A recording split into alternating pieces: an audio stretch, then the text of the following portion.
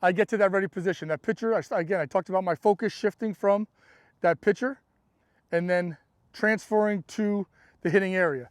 Specifically, and I ask my players a lot of times what they look at as the ball is going into the hitting area or as that pitch is being delivered to the plate. A lot of times they have a hard time verbalizing it because they've just done it their whole lives. They don't really necessarily know what they're looking at, but they're looking in that general vicinity. I like to fine tune it a little bit.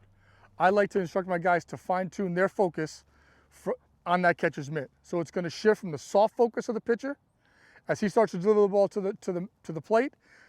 That fine focus is going to shift onto the catcher's mitt. The reason for that is this. Most of the time, get a ball for me.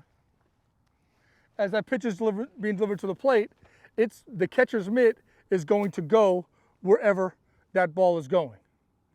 And then there's a third object that's also going to be entering that same line of vision. Because as that ball's on the way to the plate and he starts his swing, that barrel is going to come into my field of view as well. And I'm going to be able to lock in on that barrel angle, and I'm going to be able to anticipate where that ball's going. If you look at his barrel right now, is he going to pull that ball in the 6 hole? No, that ball is going to go to up the middle or to the right side. Whereas just the opposite, if he gets in this position and that ball's there, he's going to wind up probably pulling that ball in the 6 hole. Now, what can I do with that information?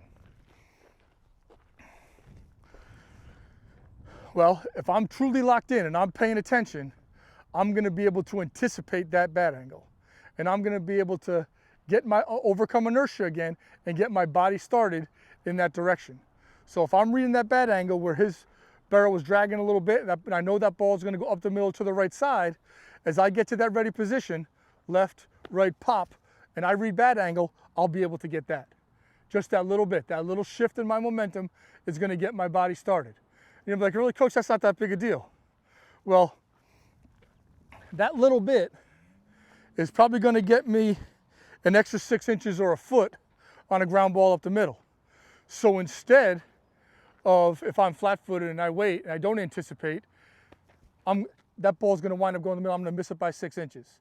But if I anticipate and I read bat angle and I am truly locked in, left, right, pop, and I anticipate, now that ball is going to be here in the back of my glove, and I'm going to make a play and throw that guy out.